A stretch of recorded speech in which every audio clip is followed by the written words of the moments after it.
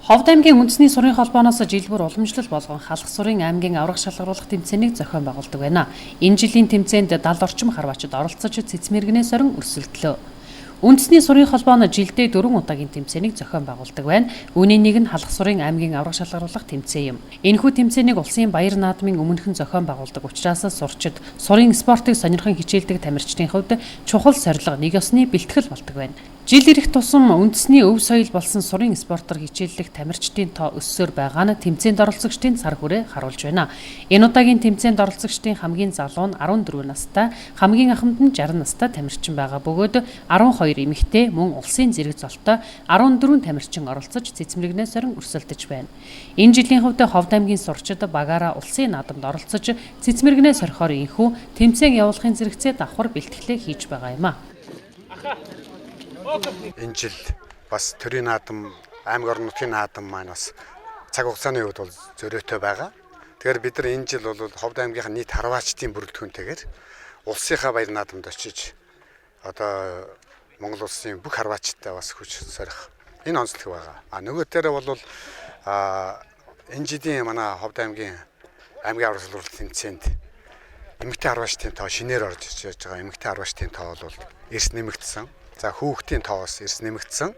За энэ жилийн 2016 оны халах сурын аймгийн аврах шалгаруулалт тэмцээнд нийтээр 70 орчим харваачид харж байна.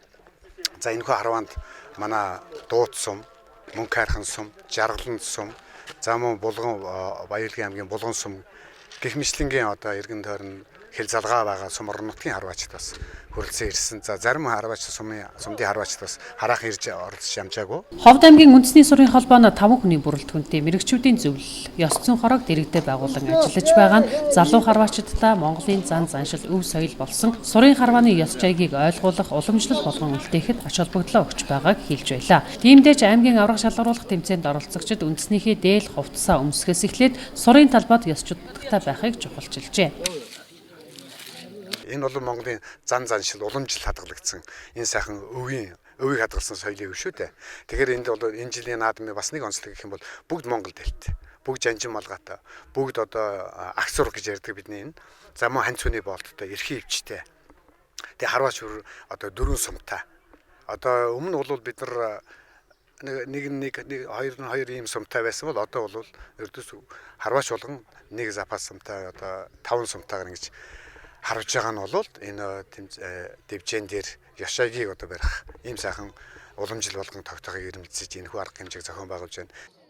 Үндэсний сурын холбоо нь жилдээ нээлтийн аймгийн аврагын улсын баяр наадмын хаалтын гэсэн 4 удаагийн тэмцээнийг зохион байгуулдаг бөгөөд эдгээр тэмцээний нийлбэр оноогоор тухайн жилийнхээ аврагыг тодруулдаг байна.